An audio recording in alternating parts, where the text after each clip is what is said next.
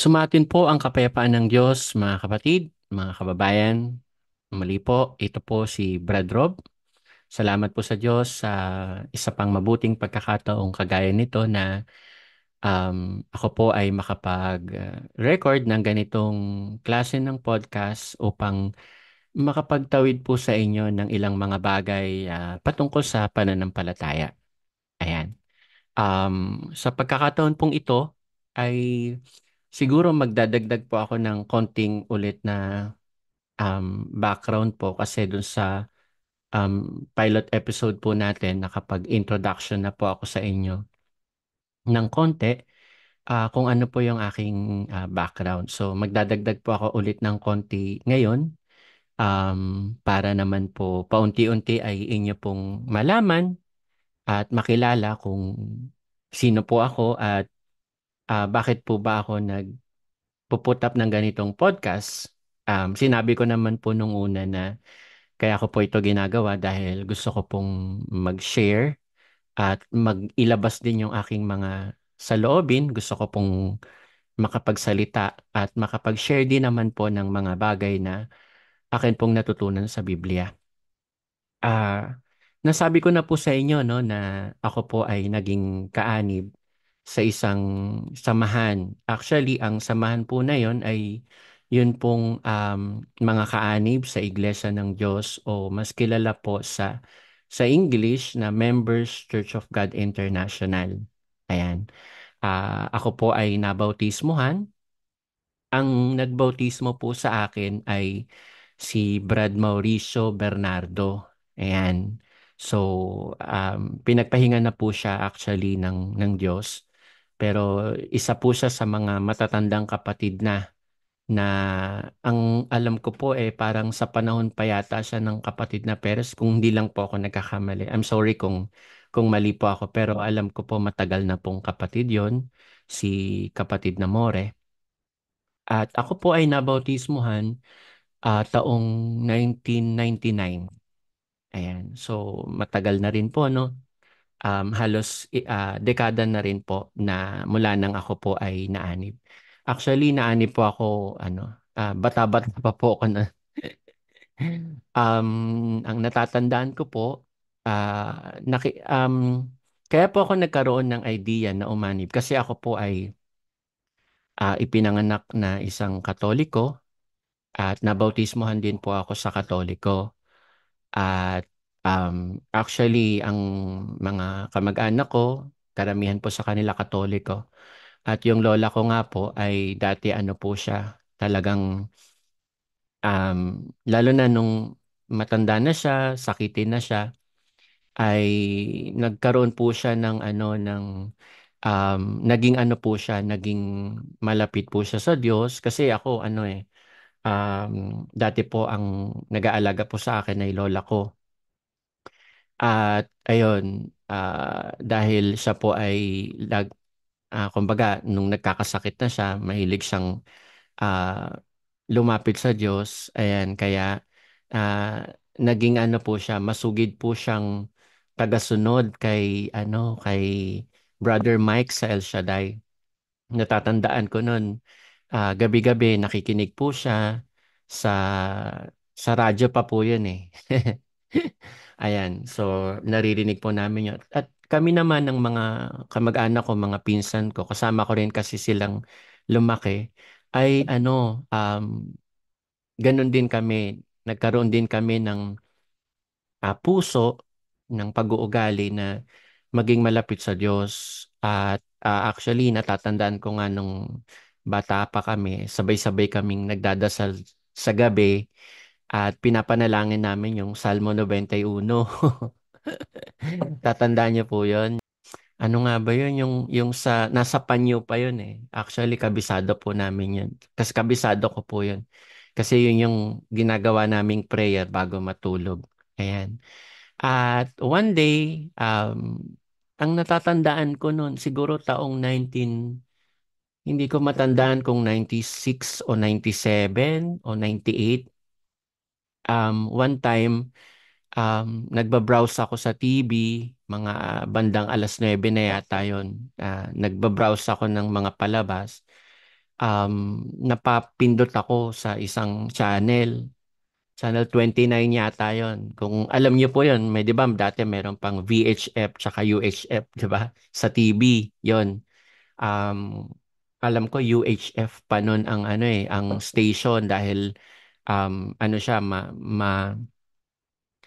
mataas na siya yung number niya. Yon, kasi ang VHF parang 2, 4, 5, 7, 9 yan. Channel 13 yan. At pagka mataas na doon, yung mga channel 23, ganyan, UHF po yan. Siguro hindi na makaka-relate dito yung ano, no, yung ibang mga kabataan ngayon kasi ngayon digital world na po tayo di ba? Pero sa panahon namin kasi na hindi pa naman digitalize ang lahat, ganun po. And ayun, one time na napindot ko po yung TV ng channel, ay yung remote ng TV sa channel 29 at nagulat ako kasi nakapakinig ako ng isang mangangaral na nagsasalita ng tanga, gago, ganyan. Kasi 'di ba dati noon ang mga religious parang mga maaamo yung nangangaral. Alam mo yan yung parang hindi makabasag ng pinggan. Ganyan. So na curious ako. So pinanood ko siya ng konti sa panahon namin noon. Hindi pa naman uso yung cellphone, no? So wala kang personal mo na pwedeng panooran, kundi kung ano yung nasa TV, nasa sala na TV, doon ka manonood, sama-sama kayong manonood. Nagkataon nun na narinig ng lola ko one time na, ayun, gago, tarantado, mga ganyan.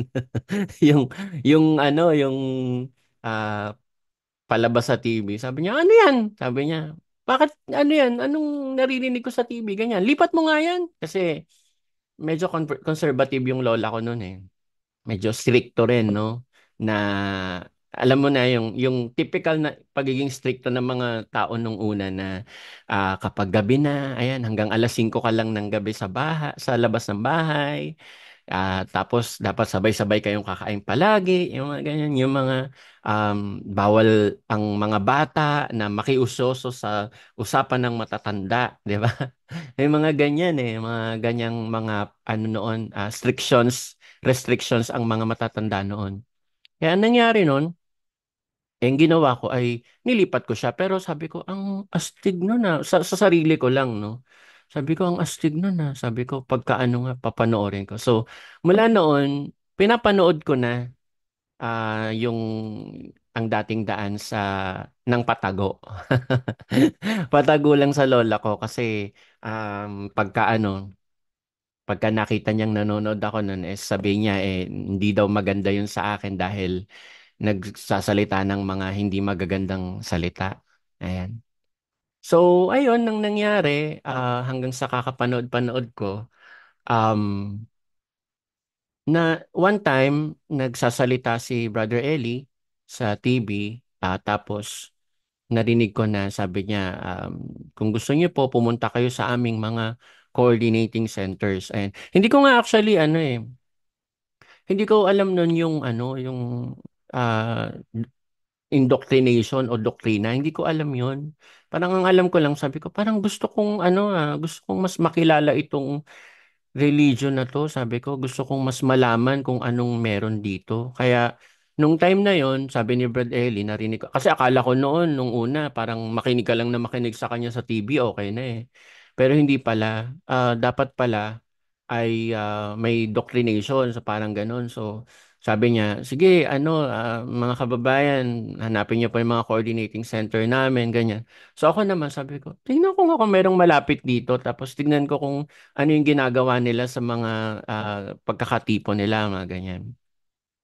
So ayun, one time, meron pong nakita ako na malapit sa Imus, Cavite. Ayan. So diyan po ako actually nagpadoktrina sa lokal ng Imus sa may patindig araw. Ayan. 1999 no, natatandaan ko.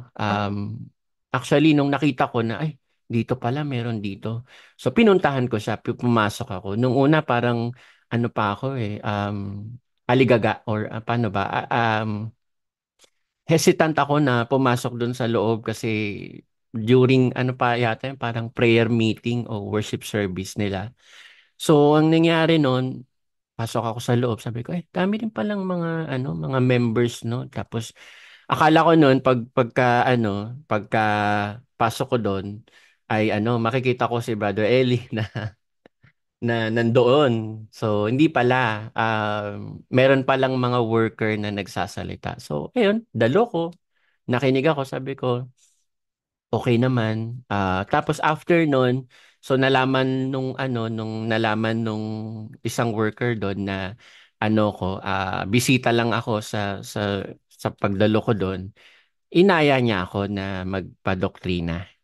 Ayun. So, sabi ko, kailangan pala ng ganun. So, ang ginawa ko, nagpadoktrina ako. Tapos, yun, ang dami kong nalaman sa doktrina.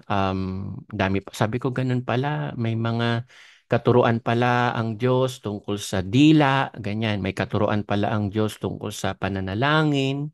May katuruan pala ang Diyos tungkol sa mga ganitong bagay. So, hanggang sa dumating yung punto na number 13. Ano pa nun ang set ng doktrina nun, 15, no? Magmula dun sa sino ang guro, ayan, pananalangin, pagkakatipon, pasalamat, paano mag-aabuloy, tapos dumating sa ano ba yon yung talinghaga sa mga hasik, 'di ba? Tapos yung pananamit, tapos hanggang sa doktrina sa Espiritu Santo at tawag dito hanggang sa sa bautismo na. Pero habang dinodoktrinahan ako, naaano na ako, sabi ko, ito dito ako, sabi ko, itutuloy ko to at magpapabautismo ako. Kaya awan ng Diyos natapos naman ang doktrina at nakapagpabautismo naman ako. Actually, sa panahon na yon, medyo bata-bata pa po ako noon, pero actually nagsisigarilyo po ako nung time na yon. Pero yung last na doktrina o yung number 15 ng gabi, yun yung sabi ko huling ano ko na to, Yossi. Tapos kinabukasan, bautismo na. Kaya yan, nagpa-bautismo na ako. Awa ng Diyos, nabautismohan po ako sa Apalit, Pampanga. Ayan. Actually, ang natatandaan ko, parang 1:04 PM ako nabautismohan. Ayan. So, marami akong ano pala no, karanasan. Actually, sa doktrina pa lang parang nagulat ako kasi sa doktrina noon, hindi ko alam na na meron pala silang binibigay na pagkain after ng doktrina. Kaya nagulat ako, sabi ko, ay okay pala dito, no? Ang bait pala dito, sabi ko, may pagkain after doktrina. Ang doktrina ko noon, 7:00 ng gabi. So, minsan pumupunta ako sa doktrina na hindi pa ako kumakain.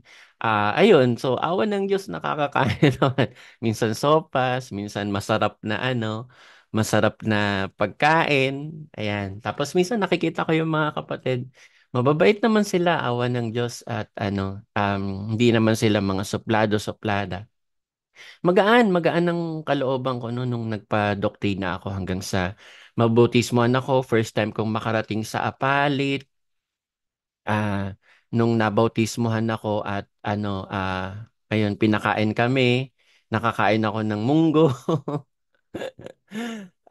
Masarap yung pakiramdam kung babalikan ko nga ngayon na natutuwa yung kalooban ko at hindi ako nagsisisi na naanib ako sa isang samahan na naniniwala ako ng panahon na yon ay naniniwala ako ng panahon na yon ay sa Diyos at totoong may layon na magsa Diyos. Kaya lang, unfortunately, may mga bagay na nagbabago, may mga bagay na nag-iiba. Especially po ng pinagpahinga na po si Brother Eli. Ayan. So, siguro, ikat ko muna dito, no? Hanggang dyan muna yung aking background. At sa mga susunod, magbibigay din po ako sa inyo ng ilang mga bagay pa, mga kwento na karanasan ko po siguro sa loob ng aking paglilingkod sa Diyos, um, sa mga karanasan ko po um, diyan sa mga kaanib. Nung naanib ako actually, ang pangalan pa doon ay Mga Kaanib sa Iglesia ng Diyos kay Kristo Jesus, Haligi at Saligan ng Katotohanan sa Bansang Pilipinas. Ayan. Ang haba pa no? Para doon sa mga bagong mga kaanib, doon sa mga hindi pa alam, baka ang alam niyo po ay MCGI na, sobrang ikli na, no? Hindi po ganyan ang tawag dati o ang nakarehistrong sasamahan. Nakarehistro po dati ang ang naabutan ko po. Kaya nga nagulat din ako kasi ang kilala kasi dati sa tawag na ang dating daan. Kaya sabi ko, di magpapadoktrina ako, magpabobotismo ako sa ang dating daan. Pero hindi pala dahil ang pangalan pala ng iglesia ay Iglesia ng Diyos. At nung punto na yon ay ang tawag sa grupo na inirehistro ay Mga Kaanib sa Iglesia ng Diyos kay Kristo Jesus, Haligi at Saligan ng Katotohanan sa Bansang Pilipinas. Ayan. Mahaba po yan. Ayan. So, saka na po siguro yung ibang mga experience ko po, ayan, um, sa, sa samahang yan. At ayan, so dun sa mga nakakakilala po sa akin, para po sa inyong kaalaman, ako po ito, si Brad Rob na kilala niyo po. At nagsasalita po ngayon sa social media dahil ibig ko po na magsalita at ma-share ang aking nararamdaman. At kung ano man yung aking mga natutunan, ito po ay bunga ng aking pananampalataya na sa tingin ko po ay mabuting bagay po ito. Ayan. So, dyan po ako sa lokal ng Imus. Ayan. So, shout out po sa mga kapatid sa lokal ng Imus na hindi ko na po alam ngayon kung nasa na silang location. Kasi dati dyan sila sa may Patindig Araw. Ayan. At ayun. Sige mga kapatid, yun po ang aking munting additional na istorya sa aking pananampalataya. Actually, may mga ikukwento pa po ako sa inyo tungkol sa paano ako nagkaroon ng interes sa Biblia, bakit bigla na lang akong nagkaroon ng interes sa salita ng Diyos, ganyan. At marami pa, yung mga karanasan ko rin po nung ako po ay after mabautismuhan. Ito po ay sinasabi ko sa inyo para naman doon sa mga tao kasi yung iba sinasabi nila na, ayan, ayaw magpakilala, ayan, nagtatago sa dummy account, ganyan. Gusto ko po na maintindihan nyo, ito po ay pagpapakilala lamang, hindi po dahil sa pagtataas ng aking sarili o ano pa man. Gusto ko lang na makilala nyo po ako, eventually, kung sino po ang inyong pinakikinggan at nagsasalita po sa inyo. Ayan. At siguro sa puntong ito, mga kapatid, mga kababayan, kaakibat ng additional information ko po sa aking sarili, meron po akong isang gustong pag-usapan. Ano po, as you know, sabi ko nga po sa inyo, ako po ay tumigil na sa pagdalo sa mga pagkakatipon. Simula po ng pinagpahinga si Brother Eli, tumigil na po ako. Actually, nagstay pa ako for some time sa naabutan ko yung pangangaral ng kasalukuyan na nangunguna po sa samahan na yan na si Brother Daniel Razon.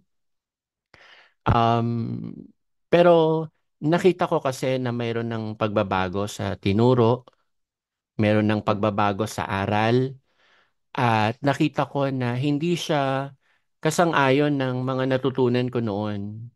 Nakita ko na hindi siya kasang-ayon ng okay lang sana kung siguro malinaw na mababasa mo sa Biblia na yun yung tama, no, walang problema. Kaya lang ang problema ko po is may mga bagay na kapag nakikinig ako doon sa mga tinuturo ay napapakunot yung yung noo ko na para bang sabi ko, Totoo ba na ganito ba talaga ang nasa Biblia?" Kasi nasanay kasi ako noon na kapag ang nagsasalita ay si Brother Eli, ay talagang lahat ng sinasabi niya natatanggap ko ng maluwag at lahat kasi ng mga sinasabi niya is biblical and logical. Nasa Biblia at kahit daanin mo sa lohika ng tao, may mga paliwanag siya na talaga namang matatanggap mo sa kalooban mo na yes, tama, tama ito. Talagang common sense pag pairalin mo tama, Biblia basahin mo may backup na talata.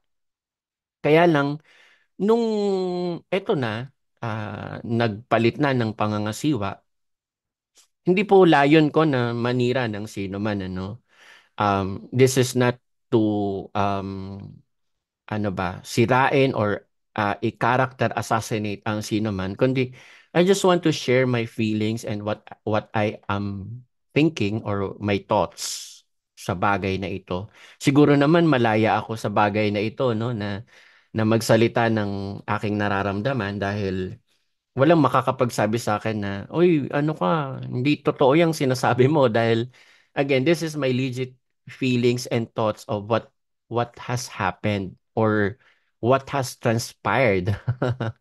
Ano? Kung ano yung nakita ko na nangyari. Napansin ko kasi na merong pagkakaiba na sa mga tinuro at may mga bagay na itinuturo na naguguluhan ako. Sabi ko, parang hindi ganito naman yung itinuro, 'di ba? Parang hindi naman ganito yung natutunan natin. Bakit nung nagbago na yung nangangasiwa, kay binago na yung mga tinuro noon na matagal na panahon na pinaniwalaan ko, 'di ba? Isa na nga po doon yung pakikipagdebate, 'di ba? Siguro naman po, kilala niyo po si Brother Eli bilang isang talagang debatista. 'Di ba, no? Talagang nakikipagdebate siya. Dahil kapag alam niya na mali ang tinuturo ng ibang relihiyon, papatunayan niya kung ano yung alam niya at nasa Biblia. Kaso, nung pumalit na itong si Brother Daniel, ang nangyari ay hindi na daw, mali daw yung pakikipagdebate. Kasi yun daw ay taltalan lamang, 'di ba? Yun daw ay gawain ng mga taong masasama. Ayan. So, ayan, hindi nyo mapapamalian yan dahil meron naman tayong mga audio recording yan na actually sa YouTube makikita nyo yan, sa Facebook makikita nyo merong mga audio recorded na sinasabi talaga yan na ang highest form of debate daw o yung gawang hindi matututulan ay gawang mabuti. At ang paggawa daw ng mabuti, yun daw ay pakikipagdebate. Ayan. Actually, hindi po yan yung tatalakayin ko ngayon. Binibigyan ko lang po kayo ng idea sa mga bagay na kung bakit o naging dahilan ng aking pag-alis sa samahan na yan. Ayan. Marami pa actually. At hanggang sa kasalukuyan, may mga bagay akong naririnig na tinuturo na alam ko hindi na siya katanggap-tanggap kung ang idadaanin mo sa standard nung nagtuturo noon, no? Actually, minsan nga nag-i-imagine lang naman ako. I know that this is a hypothetical um this is hypothetical kasi hindi sa mangyayari, no? At alam mo na hindi sa mangyayari talaga. Pero minsan ini-imagine ko, sabi ko, paano kaya kung biglang, alam mo yun, biglang bumangon ngayon si Brother Eli. No, tapos nakita niya na ganyan ang tinuturo. Ni-imagine ko lang naman. Sabi ko, parang sa karakter sa pagkakilala ko kay Brother Eli, na talagang yung pagiging metikuloso niya dun sa salita ng Diyos, sa aral ng Diyos, alam ko na hindi niya papayagan na makapagturo ng mga ganitong bagay na iba dun sa tinuro niya. Itong si si Brother Daniel, 'di ba? Ayun. So, yun lang naman, parang hindi ko matanggap yung ganong mga bagay. Kaya po, mga kapatid, siguro sa mga darating pong ibang mga podcast po ay magkukwento rin po ako sa inyo. Siguro tatalakayin ko po isa-isa kung ano yung mga bagay na hindi ko matanggap, no? Hindi ko matanggap.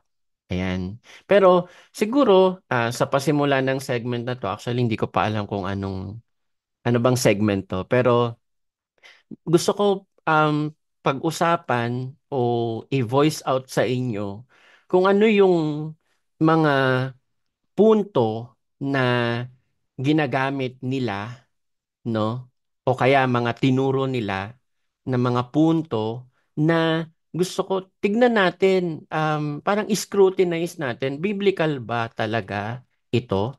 Ayan. So siguro magandang ano yun, ano? Magandang segment, no? Biblical ba? Yan. So yun, yun, gusto ko sanang pag-usapan o talakayin kung tama ba o mali yung mga naituro katulad ng yan, highest form of debate. Ayan, siguro alam niyo na yan, ang highest form of debate daw ay gawang mabuti. Ayan, pag gumawa ka daw ng mabuti, nakikipagdebate ka, no? At wala daw makakatalo sa kanila sa gawang mabuti. Magandang pag-usapan yan pero next time na lang natin pag-usapan. Kagaya ng ang pag-aayuno, no? Dati kasi ang turo, pag ang pag-aayuno ay kumain ka ng wag kang kakain, 'di ba? 'Yun ang pag-aayuno. I-restrict mo yung iyong sarili sa pagkain at sa pag-inom. Kagaya ng ginawa ni Moises, kagaya ng ginawa ng Panginoong Kristo, kagaya ng ginawa ng mga apostol na pag nag-aayuno sila, hindi sila kumakain. Kaya lang ang turo nito ng bagong nangangasiwa ay ang pag-aayuno daw ay ang paggawa ng mabuti. Talagang minsan mapapailing ka na lang. Minsan gusto mong mainis talaga. Kaya lang, wala, hindi mo naman na matatanong, hindi mo makausap. Si Brother Eli kasi noon, open siya. Merong consultation na nagaganap sa Apalit, no? Pero itong bagong, leader na pumalit kay Brother Eli, ay hindi na meron daw sila sabi no meron daw silang consultation like consultation sa KNP tapos may consultation sa kanya mga tago na lang kumbaga hindi dati kasi open siya may isang kapatid na magtatanong kay kapatid na Eli tapos sasagutin sa madla no pero ngayon iba na ayan so siguro maraming punto na na magandang talakayin pag-usapan.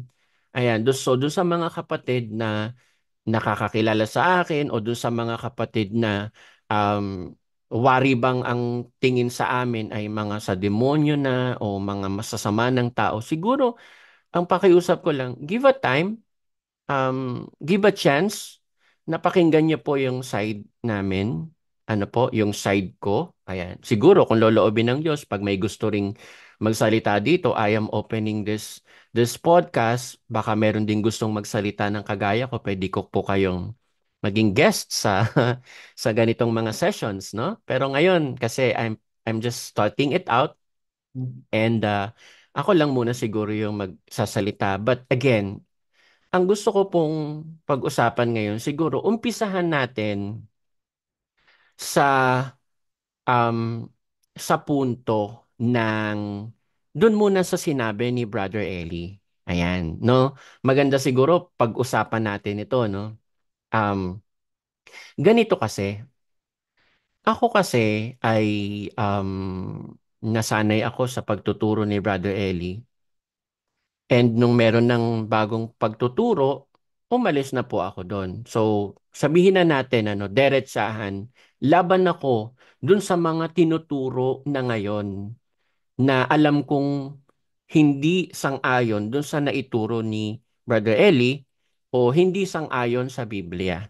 Ayan. So, siguro mas maganda hindi sang-ayon sa Biblia kasi meron dito mga magsasabi na baka, ayan, masyado kang panatiko kay Brother Eli. Yan. Hindi po mga kapatid, hindi po kami tinuruan kailanman ni Brother Eli na maging panatiko sa kanya. Ano po?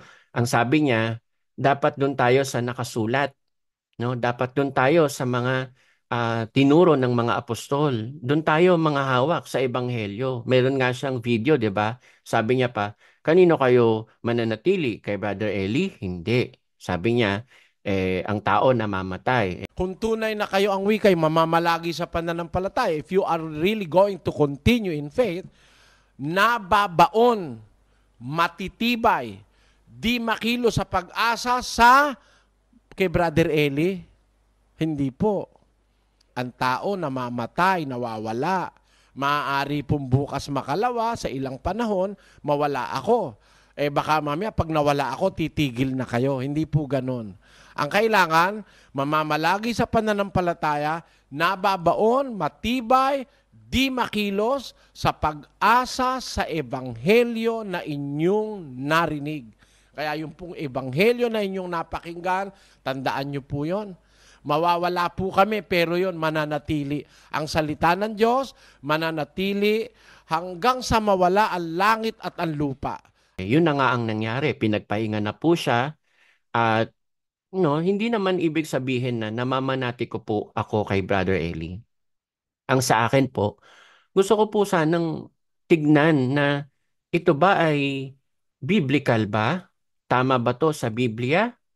Kung tama to sa Biblia, tama ba naman ang pagkaunawa natin sa bagay na nakasulat sa Biblia? Yan ang mga vital na dapat na tinitignan natin ngayon di po ba? Sana wag tayong masyadong mga one-sided or para bang alam niyo minsan nagkakaroon tayo ng pagiging double standard na dito apply, dito hindi naman. Yan. Siguro maganda let's talk about it and then let's see kung ito po ba ay biblical o hindi.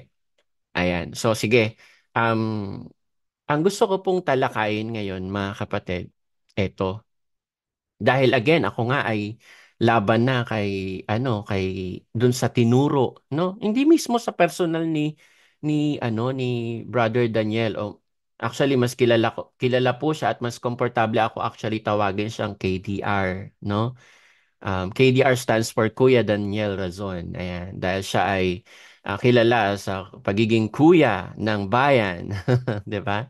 Ayan. Ewan ko lang, no? Meron kasing ibang grupo din na sinasabi na dapat hindi ka nagpapatawag ng kuya yan dahil ang kuya ng pananampalataya ay si Kristo. Kaya si Kristo lang dapat ang kuya. Pero ako hindi naman. I don't think it's bad na tawagin mo siyang Kuya Daniel Razon dahil yun din naman yung kanyang tandaan natin si Daniel Rason ay isang kilala as a newscaster, 'di ba?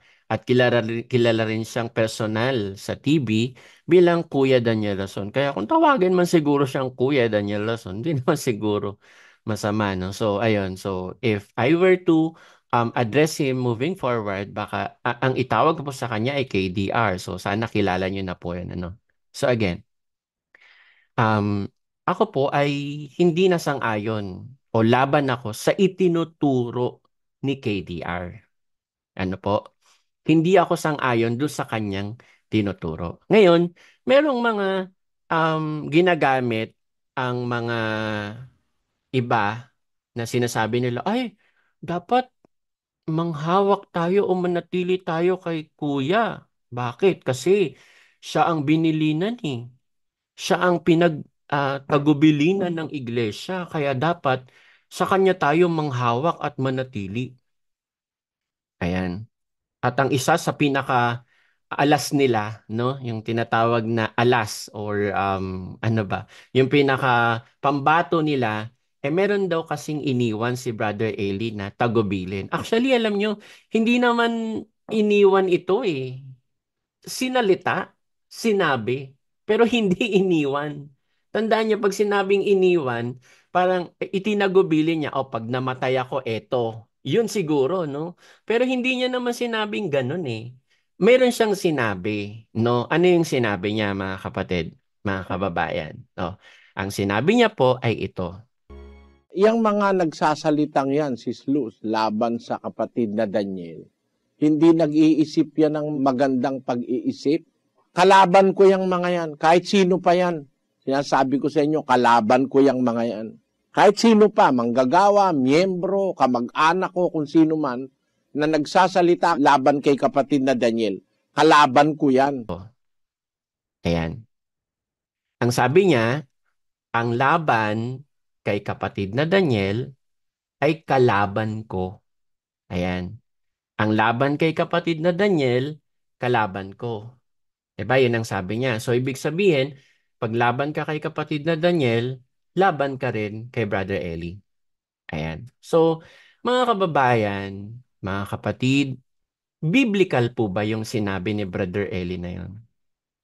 Na ang laban kay kapatid na Daniel ay kalaban niya. Okay, before we go into that point, tatandaan niyo po, nung nabubuhay po si Brother Eli o si kapatid na Eli, nung nabubuhay pa po siya, ang kanyang pangalawang tagapangasiwa o ang kanyang assistant, actually, ang naabutan ko po, ang tawag sa kanila noon, no, way back mga 2000 pa, is presiding minister si Brother Eli, and then vice presiding minister naman si KDR or si Kuya Daniel Dazon, no?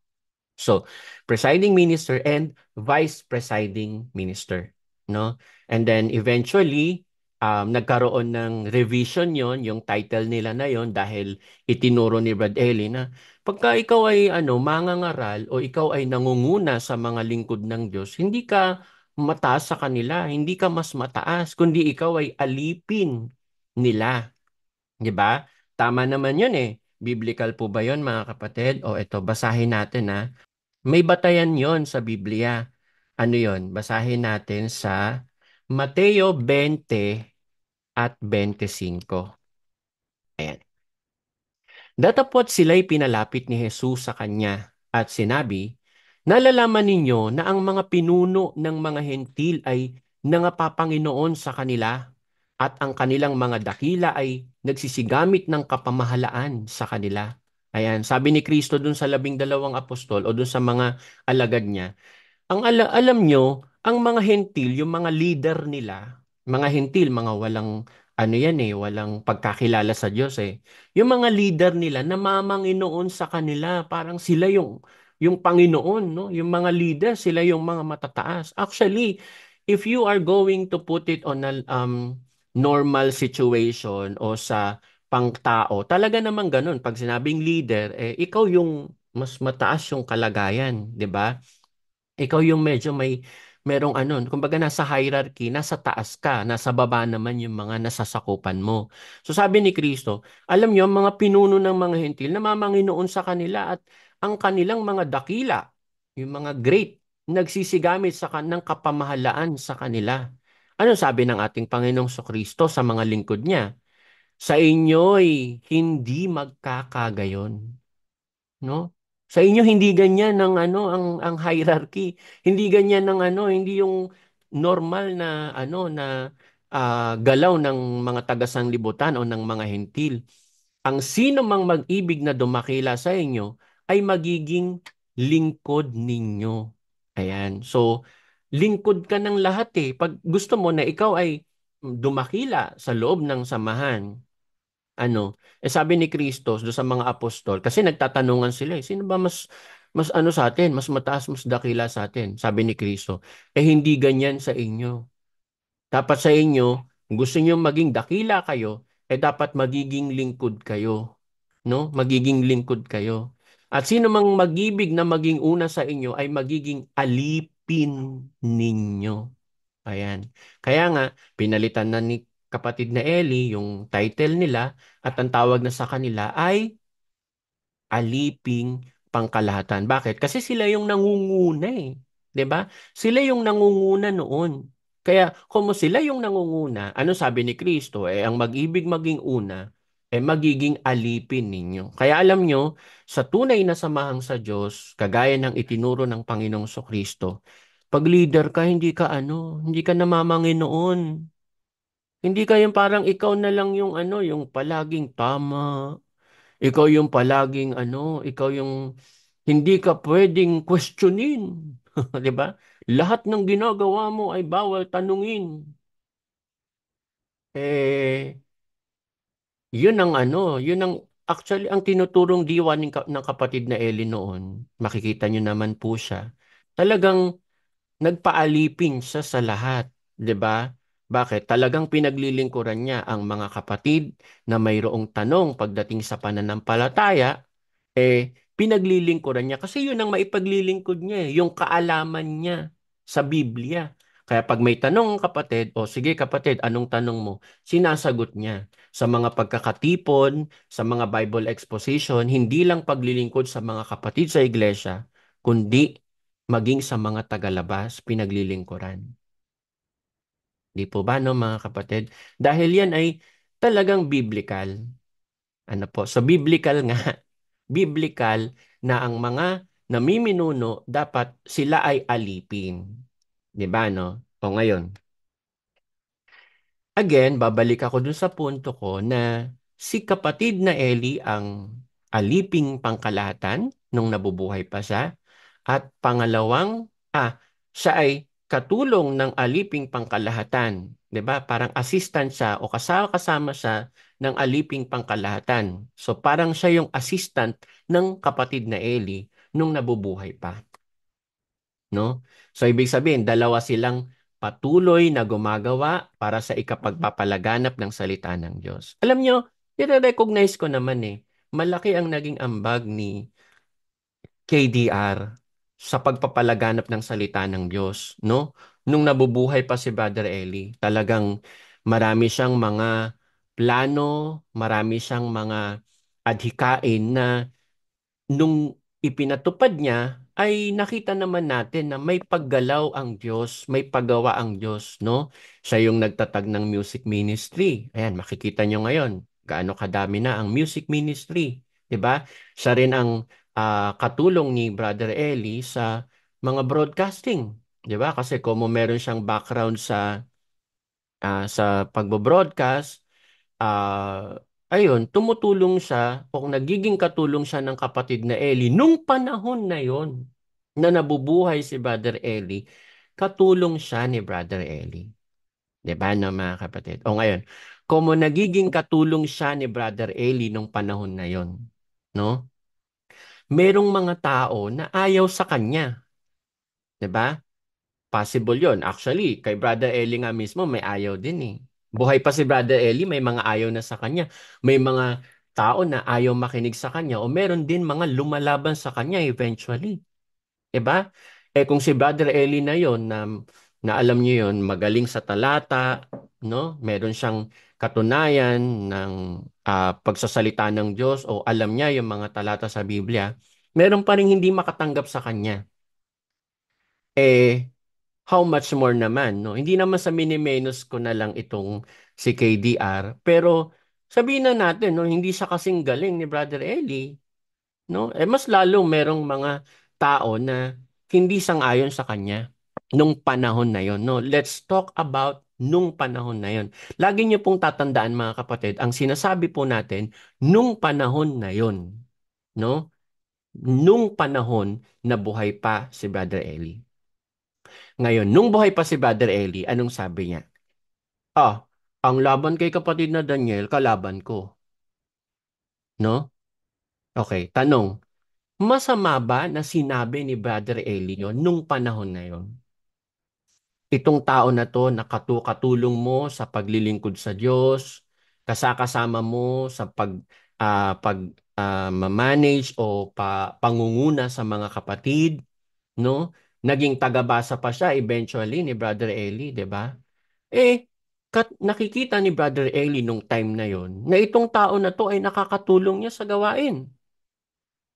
Kung sabihin man ni Brother Eli noon ng time na yon na ang laban kay kapatid na Daniel ay kalaban ko, masama po ba yon, mga kapatid?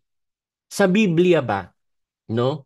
Kapag halimbawa, meron kang mga kasakasama mo sa paglilingkod sa Diyos at naniniwala kang itong tao na ay katulong mo sa paggawa ng mga kalooban ng Diyos, yung magiging laban doon, ituturing mo na rin bang kalaban? Masama ba yon sa Biblia? Eto, pakinggan niyo po mga kapatid.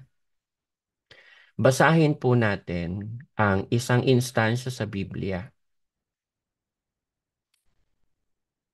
Lucas 10 at 16. Sabi ng ating Panginoong Kristo dito, ang nakikinig sa inyo, sa akin nakikinig. Ang kausap niya dito yung mga apostol. At ang nagtatakwil sa inyo ay ako ang itinatakwil. At ang nagtatakwil sa akin ay itinatakwil ang sa akin nagsugo. Ayan. Meron palang ano no? Meron palang ganitong diwa sa Biblia, mga kapatid. Na ano yun? Sabi ni Kristo dun sa mga kasakasama niya na mga naglilingkod sa kanya. Tanungin ko po sa inyo, mga kapatid, nung time ba na ito na sinabi ng ating Panginoong Hesus Kristo ito, kasama ba dito si Judas? Kasama ba dito si Judas? Buhay pa si Judas nito. Hindi pa nagkakanulo si Judas dito. 'Di ba? Sabi niya doon sa kanyang mga alagad, kasama si Judas, no? Ang nakikinig sa inyo, sa akin nakikinig. So may repercussion, no? Pag itinakwil mo yung mga kasama ni Kristo noon sa pagpapalaganap ng salita ng Diyos, yung 12 apostol, itinatakwil mo pati si Kristo. So, diwa pala yun ng ano no, ng mangangaral ng Diyos. Diwa pala yun ng Panginoong Kristo, no? Na hindi mo dapat itakwil yung katulong niyang gumagawa, 'di ba? Hindi mo dapat itakwil. Bakit? Kasi ang sabi ng ating Panginoong Kristo, nakikinig sa inyo, sa akin nakikinig. Ang nagtatakwil sa inyo, ako ang itinatakwil. Hindi ba ito kadiwa nung sinabi ni Brother Eli, mga kababayan, mga kapatid? O ang tanong, nung time na yon, applicable ba to kay Judas na nagtakwil kay Kristo? Kasama pa siya dito noon. Di ba, no, mga kapatid? Kasama siya dito dahil kasama siya sa 12 eh. Nangangaral din si Judas eh. Binigyan din si Judas ng ano eh, ng kapamahalaan eh, binigyan din si Judas ng kapangyarihan, no, na magpagaling, no, bumuhay ng patay, 'di ba? Meron siyang ganong kapangyarihan eh. Basahin natin. Dito po, basahin natin sa Mateo 10:1. At pinalapit niya sa kanya ang kanyang 12 alagad at binigyan niya sila ng kapamahalaan. 12 ito, no? Wala pa po si Matias dito. Yung 12 alagad, pinalapit niya sa kanya at binigyan sila ng kapamahalaan laban sa mga karumal-dumal na espiritu upang mapalabas nila at upang kanilang mapagaling ang lahat ng sari-saring sakit at ang lahat ng sari-saring karamdaman. Ang mga pangalan nga ng 12 apostol ay ito. Ang unay si Simon na tinatawag na Pedro, at si Andres na kanyang kapatid, si Santiago na anak ni Zebedeo, at ang kanyang kapatid na si Juan, si Felipe at si Bartolome, si Tomas at si Mateo na maniningil ng buwis, si Santiago na anak ni Alfeo at si Tadeo, si Simon na Kananeo at si Judas Iscariote na siya ring sa kanya'y nagkanulo. Ang 12 ito'y sinugo ni Jesus. At sila'y pinagbilinan na sinasabi, huwag kayong magsitungo sa alinmang daan ng mga hentil at huwag kayong magsipasok sa alinmang bayan ng mga taga-Samaria, kundi bagkus magsiparoon kayo sa mga tupang nangawawaglit sa bahay ni Israel. Samantalang kayo'y naglalakad, magsipangaral kayo ng mga sabi, ang kaharian ng langit ay malapit na. Magpagaling kayo ng mga may sakit, magpabangon kayo ng mga patay. Kaya pala si Judas pala nagpapagaling din ng sakit, no?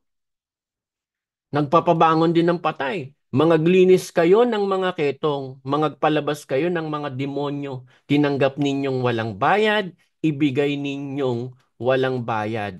O, huwag kayong magbaon ng ginto kahit pila, kahit tanso sa inyong mga supot, kahit supot ng pagkain sa paglalakad, kahit 2 tunika, kahit mga pangyapak o tungkod, sapagkat ang manggagawa ay karapat-dapat sa kanyang pagkain. At sa alinmang bayan o nayon na inyong pasukin, siyasatin ninyo kung sino roon ang karapat-dapat at magsitahan kayo roon hanggang sa kayo'y magsialis at pagpasok ninyo sa bahay, batiin ninyo ito. Kung karapat-dapat ang bahay, dumuon ng inyong kapayapaan. Datapat kung hindi karapat-dapat, ay mabalik sa inyo ang kapayapaan ninyo. Ang sino mang hindi tumanggap sa inyo, ni duminig sa inyong mga pananalita pag alis ninyo sa bahay o bayang yaon, ipagpag ninyo ang alabok ng inyong mga paa. Tingnan nyo, mga kababayan. Kaya yung 12 apostol, kasama doon si Judas, na sinugo ng ating Panginoong Kristo. Ano sabi ni Kristo doon sa mga sinugo niya? Sabi niya sa Lucas 10:16, balikan natin, nakikinig sa inyo, sa akin nakikinig. Ang nagtatakwil sa inyo, ako itinatakwil. Kaya, tama po ba mga kapatid, si Brother Eli, nung sabihin niya to? Nakasulat pala sa Biblia yung ganong diwa eh. No? Na kapag ikaw ay mayroong kasama sa gawain at napatunayan mo kasama mo sa gawain yan, hindi pinag-uusapan dito yung future. No? Hindi pinag-uusapan dito yung future. Bakit? Eh, kung i-apply mo itong salita ni Kristo na ito sa future, aba dapat pala makinig ka rin kay Judas kahit after niya nang itakol si Kristo. 'Di ba no? Dapat ano ka rin, makinig ka rin kay Judas. Pero well, masyado kasing maikli ang panahon eh. Si Judas kasi nung nang si Judas ay madulas, iba pala yun. No? Nung si Judas kasi ay gumawa ng paghuhudas niya. Parang ang pangit, no? Yung Judas naging ano, no? Yung pangalan naging ano, parang verb. Nakapit kay Judas yung ano eh. Pero hindi naman lahat ng Judas po sa Biblia, mga kapatid, ay masama, no? Pero itong si Judas, nung ginawa niya na yung pagkakanulo, mm, ang nangyari kasi, ano nung nakita niya, nagsisi pa siya, tapos nagpakamatay na siya eh, di ba, no, mga kapatid? Pero ang gusto ko lang pong ipunto dito, mga kababayan, mga kapatid, eh, hindi aplikable ito doon sa kung ano man ang mangyayari, no? Kung ano man ang mangyayari o mga gagawin ng mga apostol. Alam niyo kung bakit, mga kapatid? Ito bigyan ko po kayo ng pag-iisipan, no? So, agree muna tayo. Agree tayo. Ako, wala akong laban doon sa sinabi ni Brother Eli na ang kalaban ni Daniel ay kalaban ko. Bakit? Nung time na yon, ako man. um, for some time, alam nyo mga kapatid, ako talagang naniniwala ako kay KDR eh. Alam nyo ba mga kapatid, umasa din ako eh. Kagaya ni Brad Roland. Alam nyo ba yon? 'Di ba sabi ni Brad Roland, yung ganito, ganyan, hintayin mo, sabi niya. Hinahanapan mo kami ng hiwaga. Hintayin mo. Hintayin mo. Maghintay ka. Maghintay ka. Nag-uumpisa pa lang tayo kung paanong pinagkalooban ng Diyos ng hiwaga si kapatid na Eli. Naniniwala ako kung kailangang ipagkaloob kay kapatid na Daniel para sa aming magkakapatid, yung hiwaga na yan, hintayin mo sapagkat sa inyo, sinabi niya sa kanila, sa inyo ipinagkaloob ang makaalam ng hiwaga ng kaharian ng Diyos. Datapot sa kanilang nanga sa labas, talinghaga. Sige, mag-abang ka. Kaya lang, nabigo tayo no, Brad Roland. Nabigo kami ni Brad Roland. Ewan ko kung ilan pa sa inyo ang nabigo nung araw na yon. No, sabi niya na, pasensya ka na, Brad Roland, sorry hindi ako, magkakalkal ng hiwaga. Sorry, Brad Roland, ha? Kung ang hinahanap mo sa akin at tuwing magkakatipon, iintayan mo ako ng hiwaga. Anong hiwagang alam mo? Ano ang... hindi po ako magko-concentrate, mga kapatid na Roland, na magkalkal ng hiwaga. Ayan. Pag-uusapan din po natin yan, mga kapatid, sa ibang pagkakataon, yung Sinabi niya na, hindi ako magkakalkal ng hiwaga. Ba't kaya ganun, ano? Siguro tingin niya kay Brother Eli noon, nagkakalkal ng hiwaga. Kaya niya nasabi na, na hindi siya magkakalkal ng hiwaga. Kasi ang expectation sa kanya ni Brad Roland, yung hiwaga ng mga tinuturo ni Brother Eli noon, ganun din ang gagawin niya. Kasi alam niyo mga kapatid, alam niyo, sa totoo lang, no? Nakakalungkot lang talaga kasi yung mga naririnig niyo po ngayon sa mga pagkakatipon, hindi ko alam kung siguro na ma-marvel na kayo dyan or natutuwa na kayo. Pero ano lang yan wala yan kung ihahambing lang natin, no? Wala yan sa mga bagay na tinuturo ni Brother Eli noon eh. Sige, sa ibang pagkakataon na lang natin pag-usapan pero hindi ko po ako bilang matagal na rin na naanib at nakita ko po ang pangangaral ni Brother Eli. Talagang pag nakikinig na ako ngayon sa kanya, nung mga nakaraan na pag nakikinig pa ako sa kanya, sabi ko, ganito ba nakakababaw magturo dapat ang mangangaral ng Diyos? Kasi nasanay ako dati na ang mga naririnig ko, parang alam niyo yun, pagkatapos ng pagkakatipon, na-overwhelm ako dun sa mga napakinggan ko na mga bagay na nakasulat sa Biblia eh. Pero etong naririnig ko ngayon nung pinagpahinga na si Brother Eli, parang, ba't ganito? Parang paulit-ulit, parang, dati kasi alam niyo mga kapatid, sa pasalamat o sa mga pagkakatipon, namimili kami ng paksa, no? Merong paksang gagawin si Brad. Kasi ngayon, hindi na uso yung paksaan no? Parang anything goes na lang eh. Tatayo si KDR, tapos magsasalita. Sa bagay, yan naman ay sa panahon pa ni Brother Eli. Kasi ganito, no? Nung panahon kasi ni Brother Eli, tinigil niya talaga yung pagpapaksa kasi naisip niya, sabi niya, nakakulong siya doon sa paksa eh. Parang yung sasabihin niya, kailangan nandoon lang within the bound of the topic that they have to discuss. Kaya minsan, marami siyang gustong talakayin, no? Kaya inalis niya na yung paksaan. Tinanggal niya na yung pagpapaksa. Sabi niya, mas okay to kasi mas malaya akong natatalakay kung ano yung gusto kong sabihin. No?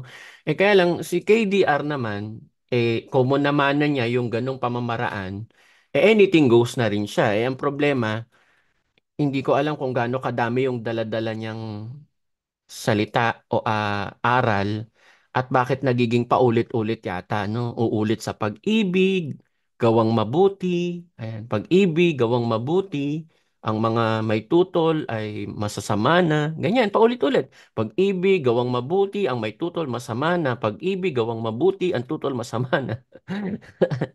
Parang no? Ah, parang siya ano nga bang tawag doon? Pinangat.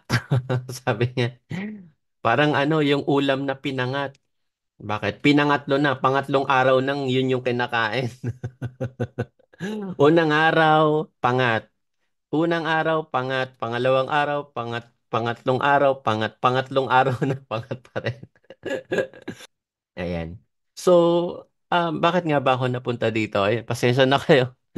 Naging anything goes na rin ako. So, nung panahon kasi ni Brother Eli, talagang ganun ang kanyang mga tinuturo, mga hiwaga, mga ano. Ngayon, si KDR, paulit-ulit na lang ang kanyang tinuturo. 'Di ba mga kapatid? Um, teka, nakalimutan ko talaga kung bakit paano ako napunta dito? Ano nga ba yung dinidiscuss ko kanina? Nandun ako sa 'di ba? Ang nakikinig sa inyo, nakikinig sa akin, 'di ba? Tapos sabi ko meron akong sasabihin. Ayun.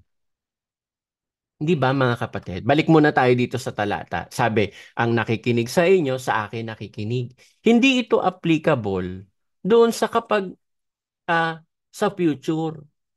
Hindi po ito applicable sa future. Alam niyo po kung bakit mga kapatid? Ito ha. Ito mismo, itong talatang ito, Lucas 16:6. Ang nakikinig sa inyo, sa akin nakikinig at na nagtatakwil sa inyo, ako'y tinatakwil. No? Alam niyo ba mga kapatid na itong salita na ito ng ating Panginoong Kristo, no? Applicable ito Doon sa mga kasakasama niyang naglilingkod.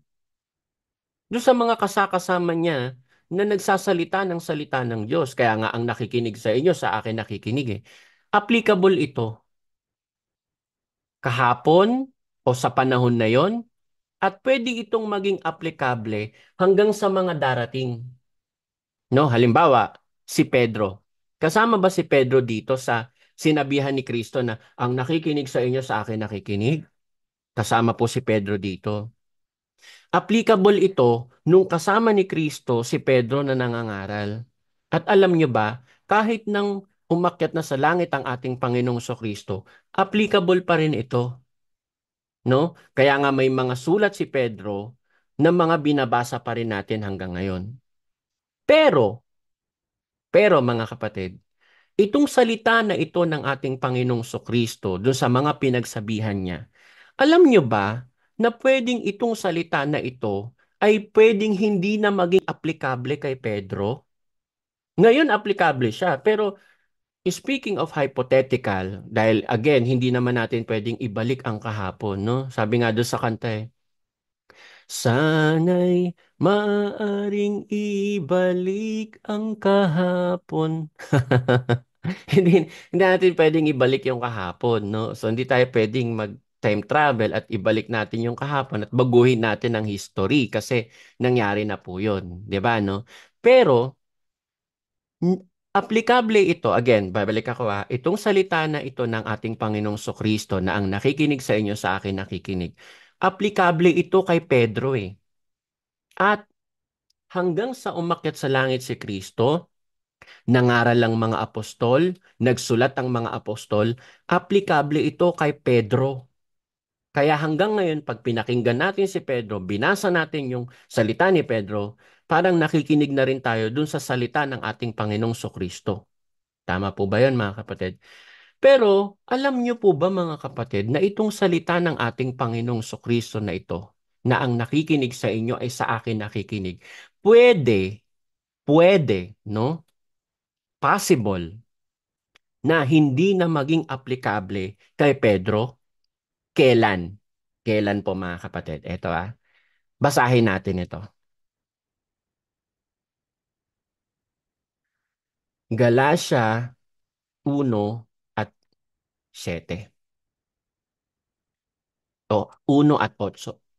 Datapwat, kahimat kami o isang anghel na mula sa langit ang mangaral sa inyo ng anumang ebanghelyo na iba sa aming ipinangangaral sa inyo ay matakwil. Ayan. Nag-iisip po ba kayo, mga kapatid? Kung si Pedro nagturo ng ibang ebanghelyo na iba sa ipinangaral ng mga apostol, kasama ba si Pedro dito sa salitang ito na pwede nating itakol si Pedro, mga kapatid?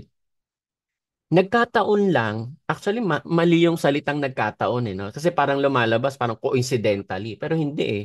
Kasi alam ko si Pedro nanatili siyang tapat sa Panginoong Kristo hanggang sa huli. Kaya mali yung salitang nagkataon, pero ang nangyari kasi nanatili si Pedro sa aral ni Kristo.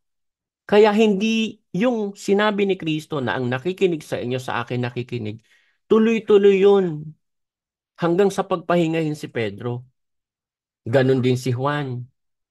Pero hindi naging tuloy-tuloy yun kay Judas mga kapatid. 'Di ba? Bakit? Kasi sumama si Judas 'Di ba?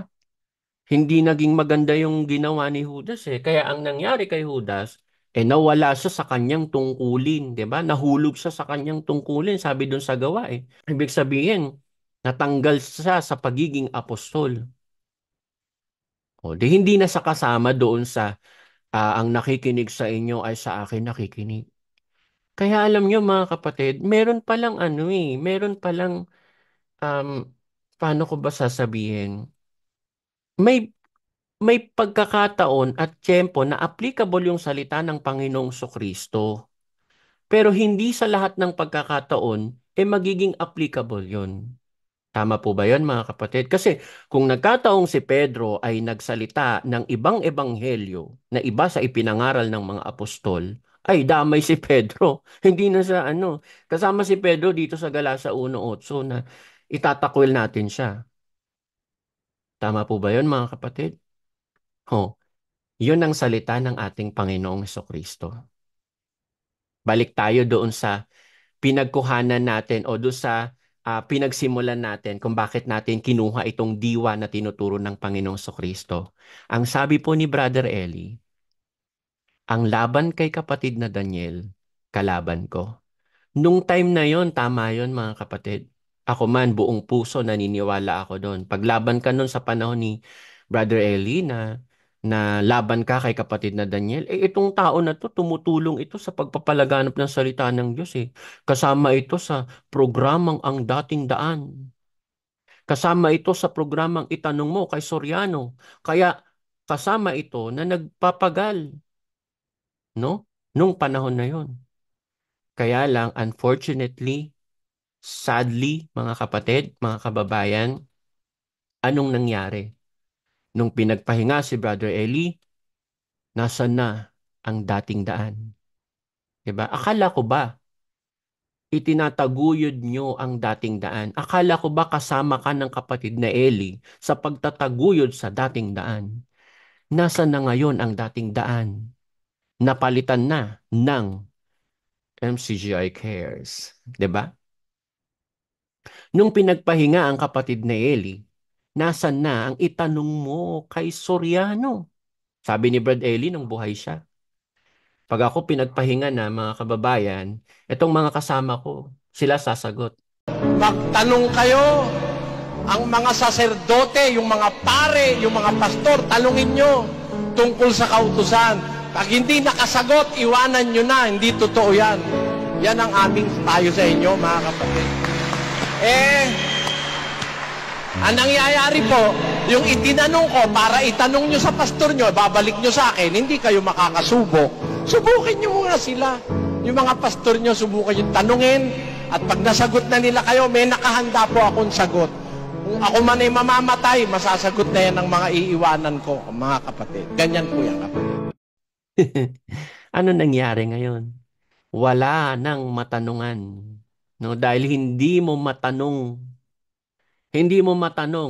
siya matanong ng mga tagalabas, hindi rin siya matanong ng mga tagaloob. Actually, maraming may tanong sa kanya ng mga kapatid. Kaya maraming mga kapatid nag-alisan eh. Mga kapatid, no? Kaya maraming mga kapatid na nagkaroon ng duda. Bakit? Dahil iba ang ginawa niya, no? Inalis ang dating daan, no? Inalis ang itanong mo kay Soriano. Well, hindi naman talaga na dapat itanong mo kay Soriano dahil wala nang Soriano na makakasagot. So, dapat at least man lang ituloy niya yung adhikain ni Brother Eli na sumagot sa mga tanong ng mga tao. Dahil doon nakilala ng mga tao si Brother Eli o ang grupo, ang samahang Ang Dating Daan. Actually, pati yung Ang Dating Daan ay tinanggal na rin sa mga lokal. Di ba mga kapatid? O ngayon, aplikable pa ba mga kababayan, mga kapatid, yung salitang ang laban kay Daniel ay kalaban ko? Aplikable pa ba yun? Iba na yung ginagawa. Nung panahon na yon, sinabi ni Badeli, ang kalaban ni Daniel ay kalaban ko. Pareho sila ng ginagawa eh. 'Di ba? Ngayon, iba na yung ginagawa nitong isa. Sa tingin nyo, mga kababayan, aplikable pa ba yon yung salitang ang laban kay kapatid na Daniel ay kalaban ko? Aplikable pa ba yon? In the first place, wala pong sinabi si Brother Eli dun sa video na ang magiging kalaban ni Daniel pagkamatay ko ay kalaban ko pa rin. Walang ganun eh. Diba mga kapatid? Marami siyang mga sinabi. Makikita niyo yan. Maghanap kayo sa YouTube na sinasabi niya na alam ko, pagkamatay ko, maraming lalaban kay kapatid na Daniel. Naaawa ako dyan sa kapatid na Daniel, sabi niya, dahil baka maiwan ko siya na hindi siya nakahanda. May mga ganyang video, di ba? Kayo na lang po maghanap mga kapatid. Ayoko mag-play dito ng mga video dahil alam nyo na baka mamaya makopyright tayo o kaya gamitin pa po sa atin. Pero alam nyo naman yan eh. Dahil hindi naman po taguyang mga video niya yan. Nandyan yan nakakalat sa Facebook. Hanapin po ninyo. Naaalala ko tuloy yung ano eh. Yung mga ministro na sabi nila, nakita niyo na po ba ang comics? Hanapin po ninyo at ipamigay. Hindi naman po ganun yung ginagawa ko mga kapatid. Pero kung naghahanap kayo ng ebidensya sa mga sinasabi ko po, meron naman po akong alam na meron po akong video ng mga ganyan. Meron po akong kopya niyan na makikita niyo yan sa YouTube, sa Facebook, 'di ba? Hindi na po yan tago mga kababayan. Kaya yan lang po yung masasabi ko. No? Yung salita na sasabihin sa akin na ikaw, laban ka kay kapatid na Eli. Bakit? Kasi ang laban kay kapatid na Daniel, kalaban ni kapatid na Eli. Noon yun.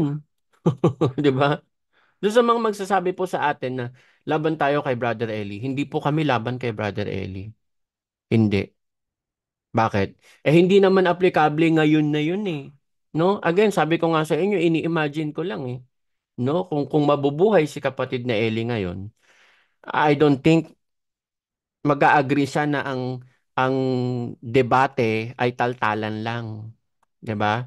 Kaya mo ba 'yon in your face, harap-harapan, sabi mo kay Brother Eli nun, Brother Eli, ang pakikipagdebate mo taltalan lang eh, 'di ba? Pero ngayon nagagawa niya na yung gusto niya at naituturo niya na yung mga gusto niya dahil wala nang nagga-guide sa kanya. Sabi nila, ginagaidan daw siya ng anino ng kapatid na Eli. Ayan. Nung nakaraang pasalamat, meron daw anino. Biblical ba yun? Na may anino. Si ano ba? Alam ko kasi, si Elias, yung espiritu ni Elias, pinatnubayan si Eliseo. No? Pero wala kang mababasa na yung anino ni Eliseo ay ni Elias ay nakikita ng mga tao kay Eliseo. Wala nun. Hindi ko alam kung biblical ba yung pinaniniwalaan nila na yan na, uy, yun, iko. Meron pa yung parang, biglang tingin, ay, si kapatid na Eli. Pero hindi pala. Ewan ko sa inyo, mga kapatid. Ganyan ba ang ano? Ganyan ba ang tinuro sa inyo na ano na ganyan ba natutunan ninyo? Alam niyo yung mga bagong kapatid, hindi ko po kayo sinisisi, lalo na yung 2 taon, 3 taon pa lang sa iglesia. Hindi ko po kayo masisisi kasi hindi niyo po naabutan ang pagtuturo po ni Brother Eli. Hindi ko po kayo masisisi diyan. Pero yung mga 10 taon na sa iglesia, 20 taon na sa iglesia, lalo na yung mga KNP, mga matatagal na manggagawa dyan. Hoy, anong tinuro sa inyo? Ano na? Gising. 'Di ba? Mag-isip naman kayo. Tinanggalan na ba kayo ng karapatan mag-isip? Tinanggalan na ba kayo ng karapatan na ano na mag-isip ng katuwiran? Na lahat na lang nasasabihin ay napakasarap po nito, kuya. 'Di ba? Alam nyo, sa panahon ni Brother Eli, talagang masarap. Talagang masarap ang mga naririnig namin noon. Talagang, ewan ko kung masarap bang pakinggan na, ikaw, may duda ka sa pangangasiwa, dapat i-block na yan. Masarap bang pakinggan yan? Gano'n? Diba na mga kapatid? Kaya, yun lang po ang masasabi ko mga kapatid, mga kababayan. Sa punto na to, ang take ko po dyan sa video na yan na sinabi ni Brother Eli, ako naniniwala tama yan eh. Yung diwa na yan, diwa yan na tinuro ni Kristo. Pero ang tanong, aplikable ba yan hanggang ngayon kay KDR? At hanggang kailan magiging aplikable yan? Tandaan nyo mga kapatid, yung talata na binanggit ko po kanina, sabi po ng ating Panginoong Kristo, ang nakikinig sa inyo, sa akin nakikinig. Ang nagtatakwil sa inyo, sa akin, ako tinatakwil. Eh sabi ni Pablo, pag may nagturo sa inyo, ibang ebanghelyo, itakwil nyo. Di ba? Eh kahit siya nga sabi niya, kahimat kami. Kahit siya mismo. Si Pablo na mismo, na nakarating sa ikatlong langit, nakita ang Panginoong Kristo. Sabi niya, kahit kami o isang anghel galing sa langit, mangaral sa inyo ibang ebanghelyo, itakwil nyo yan. O edi, pagsasabungin mo yung yung sinabi ni Kristo na ang nakikinig sa inyo, 'di ba? Sa akin nakikinig. Eh sabi ni Pablo, itakwil nyo yan pagka yan nagturo ng ibang ebanghelyo.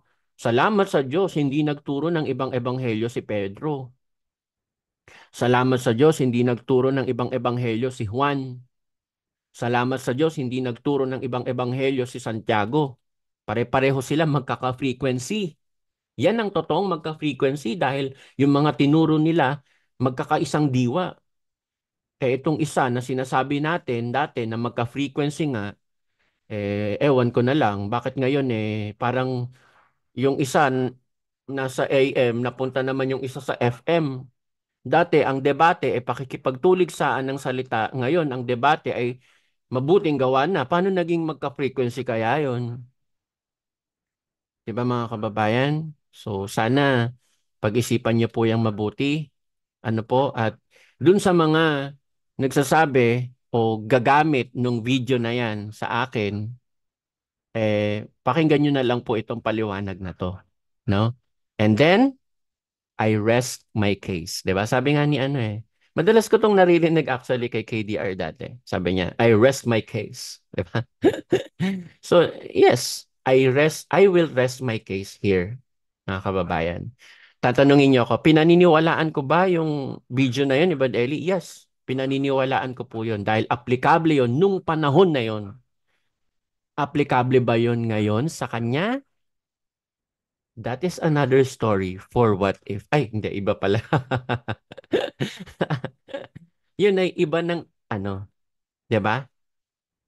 To prove it is another thing. Saying it is one thing, but proving it is another thing. Hindi para sa akin, hindi po aplikable ang salitang iyon ngayon sa kanya. Kaya kahit labanan ko man ngayon ang ipinangangaral ni KDR, hindi po ibig sabihin nun ay lumalaban ako kay kapatid na Eli. Sana po ay naintindihan nyo ito mga kapatid. Pasensya na kayo, ang haba na pala natin. Salamat po sa Diyos. Hanggang sa susunod, pag-usapan pa po natin ang ibang mga punto pa na mga bagay na dapat nating pag-usapan. Pag-usapan natin yung um, hindi ako magkakalkal ng hiwaga, sabi niya. Tingnan nga natin yun kung biblical ba. Diba? Yan. Siguro yun ang gawin nating segment nito, no? Biblical ba?